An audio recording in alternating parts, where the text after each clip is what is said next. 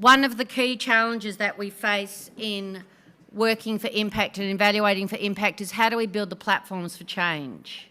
What are the ways? I mean, I think most of us would agree, and certainly the case that I've posited today, is that the solution to many of the really significant problems that we face, climate change, poverty, polarisation, people being left behind, those sorts of challenges require much more than single interventions or programmatic interventions.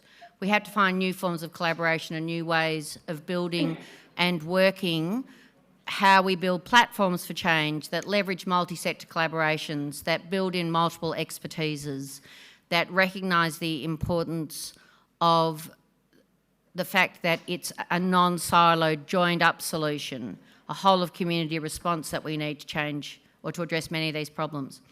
The person who I'm just so delighted to introduce you to next is Kerry Elliott. Kerry is a senior researcher at the Australian Council for Educational Research.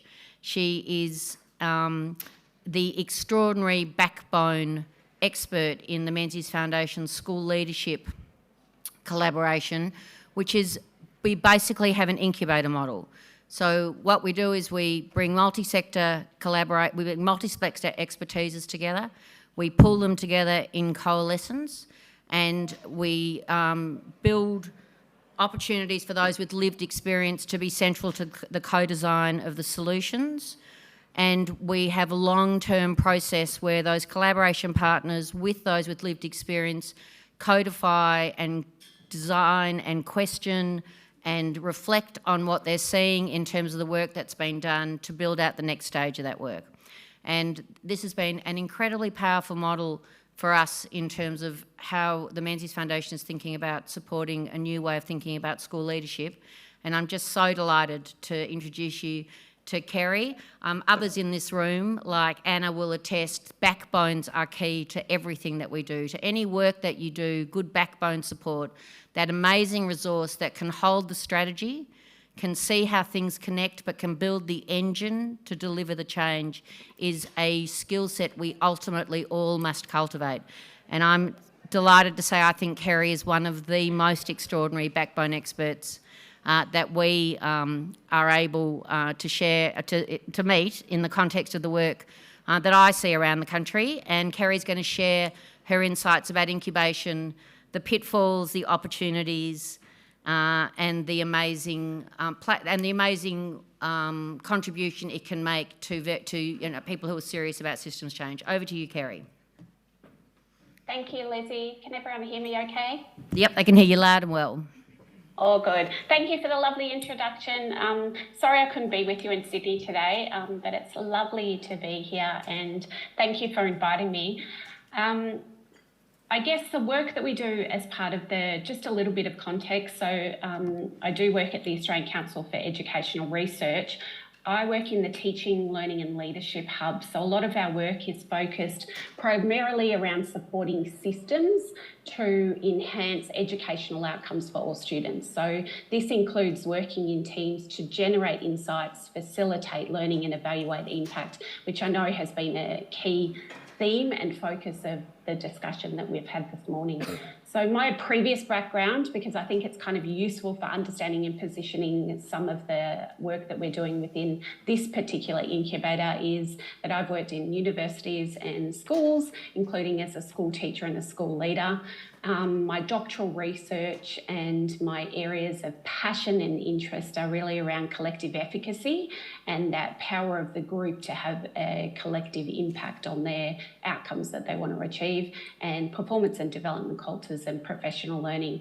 So hopefully you'll hear through some of the discussion today some of those things resonating and ringing true in terms of my drive for this work, and also the drive in the people that I'm privileged to work through as part of it. So the Menzies School Leadership Incubator, I want to share a little bit about it with you today and what we've learnt over the last 4 years and what we're still learning, and hopefully it might be useful in applications to your work or considering what an incubator is or what an incubator could look like.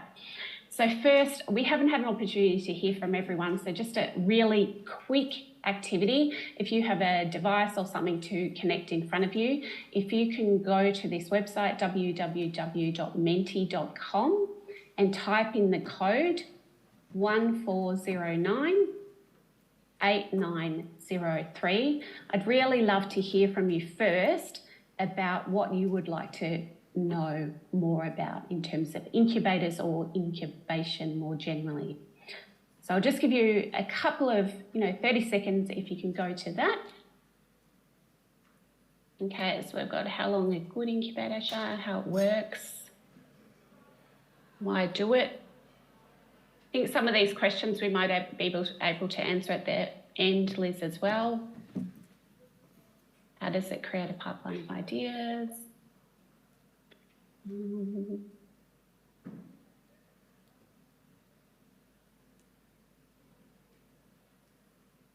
How can we apply incubation across?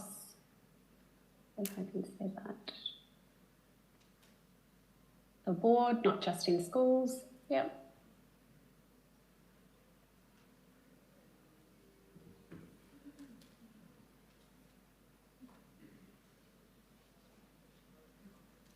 What initiatives suit to be in an incubation? Yep, we'll have a look at that.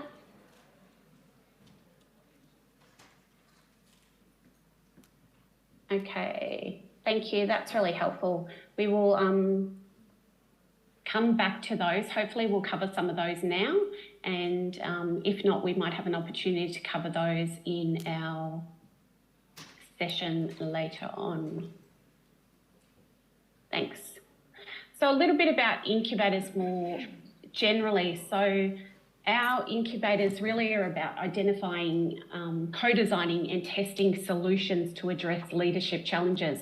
So I think Liz in her overview talked about the Menzies Foundation in terms of generating and understanding leadership discourse and kind of shifting in that space. So our focus is really around leadership challenges.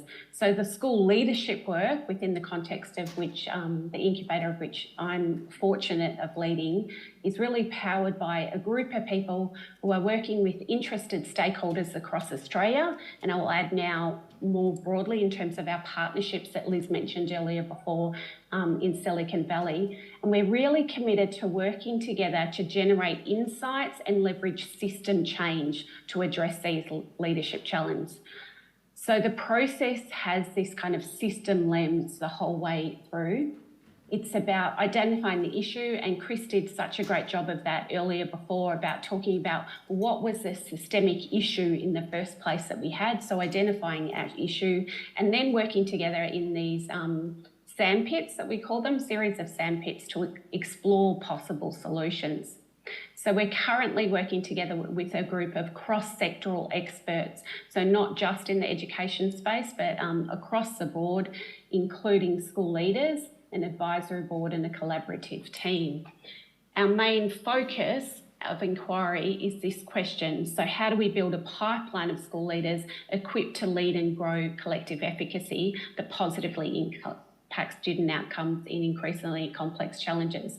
So this really kind of helps frame our work, and also like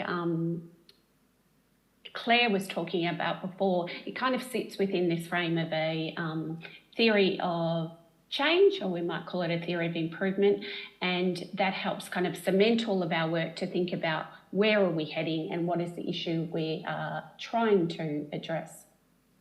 So I think someone mentioned in the comments before, what works for incubation?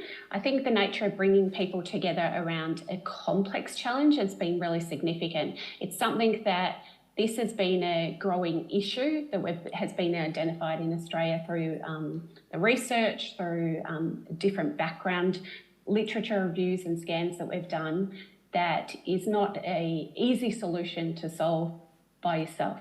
So the reason of having this kind of incubator is really thinking through how can we work together to solve some of these challenges. So our incubator is made up with, as I mentioned before, we have educators, philanthropists, non-for-profits, people from business, and we've been working through a 2-year fellowship activities with school leaders. So we're currently in our 3rd cohort, and part of that is having this sandpit for us to play in and think about and generate solutions to help address that inquiry. But also within that, the school leaders have their own context within their school where they're playing in their own sandpits to generate learnings in their school.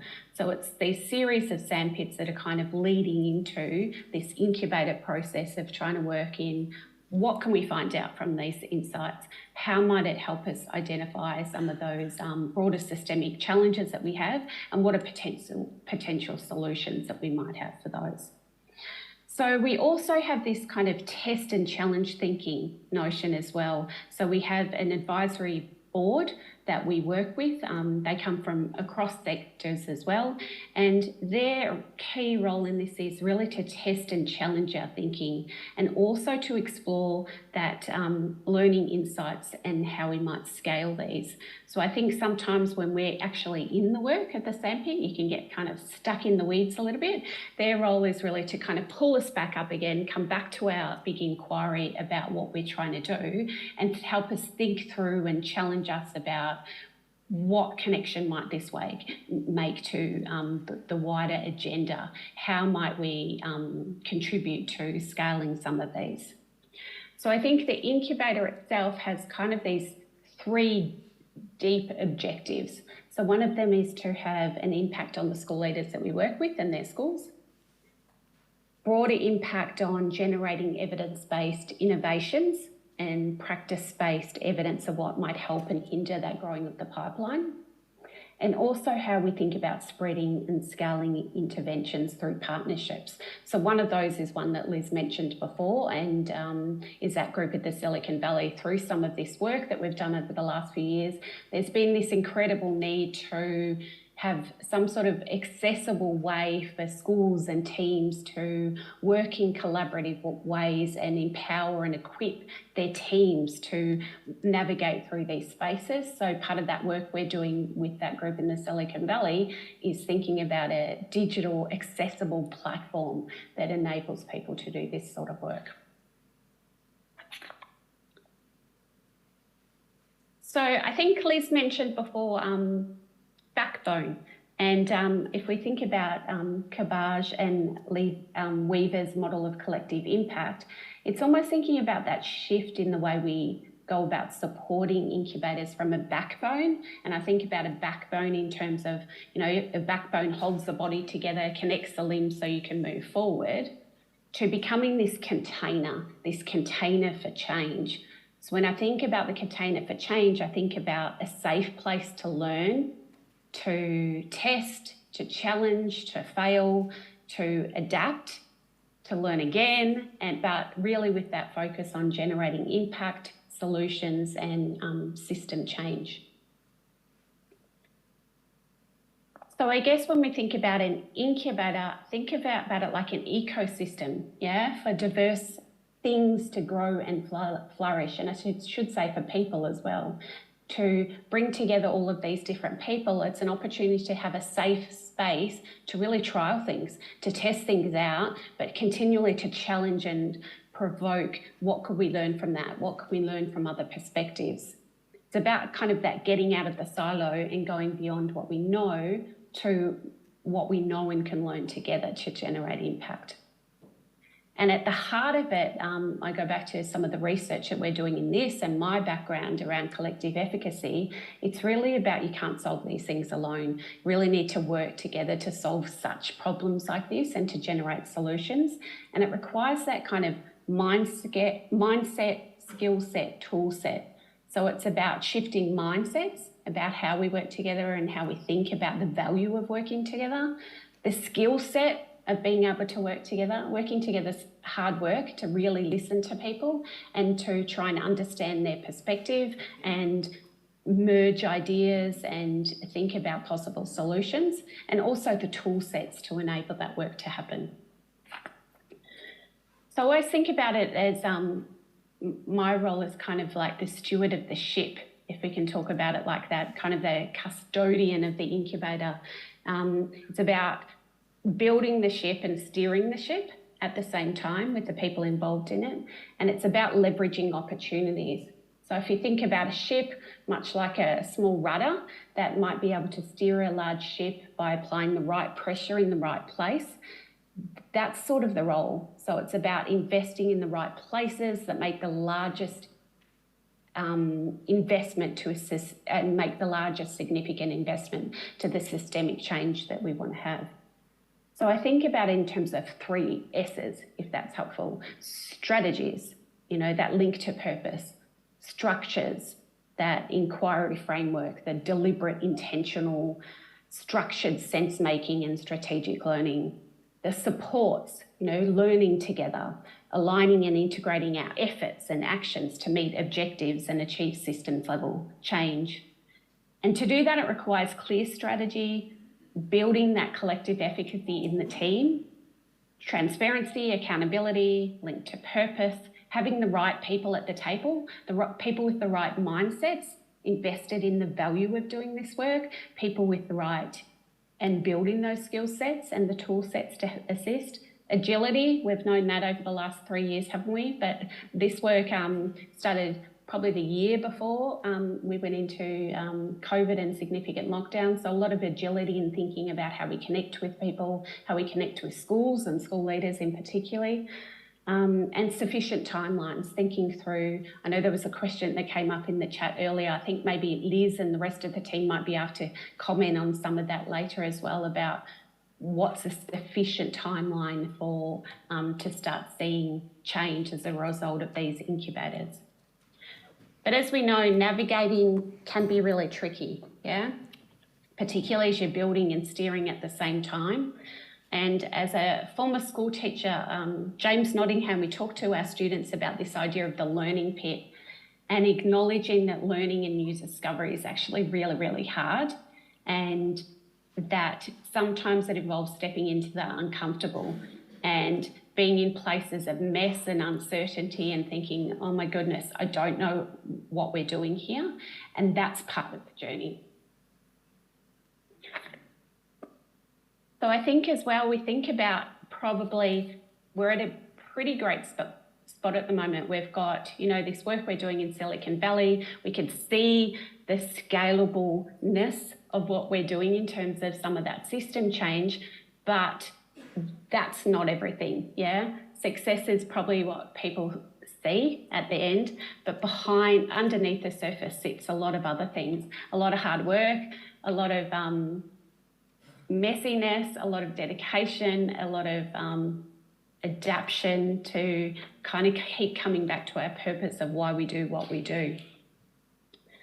So I hope that has provided a little bit of insight, and maybe, I'm not sure, Liz, if you want to have questions now or later. We might do them later, Kerry. But okay. What I just want to say, and Kerry finishing, is the question is, who's responsible for building those incubators? Everybody sitting in this room can think about how they resource an incubator, how they bring an incubation mindset to the challenges that they're working in. It just requires you to step outside of the way you're currently working and what you think you know. Who should resource an incubator? The Menzies Foundation, we fund all the bits in between for that collaboration. We fund the partners, we fund all the things in between that allow people to coalesce and work together in that way. And once again, we absolutely sit at the table as an equal contributor because of the networks and resources and the ambition we have for what we want to do here. Because we are the ones that can ask our partners to work outside of the silo, to connect with people who speak a different language, to genuinely say to them that we mean failure is okay, that experimentation is key. And so, Kerry, I hope you do stay around because I'm sure there'll be some questions. But what I want to say is philanthropy can build incubators and resource them. Not-for-profits can build incubators and resource them. Corporates can build incubators and resource them. What it is, though, is it's a shift in the way you think about what problem you're trying to solve. It's a shift to the system. It's a shift to unlikely partners. It's a shift to the things in between, not the things that are tangible. I truly believe that, this is just one example of the amazing power of new forms of coalescence that lie at the heart of thinking what impact is. And the last thing that this work delivers is an evaluation report. The thing that it absolutely delivers is how we think about codifying insights and learnings and experiences and opportunities, and how we apply that to asking everybody sitting in the room what's next. And even if you don't understand what the person next to you says, that becomes the platform for what's possible. So thank you, Kerry, very much. Thank you. Because that's a very short presentation, but we've had some hairy moments too.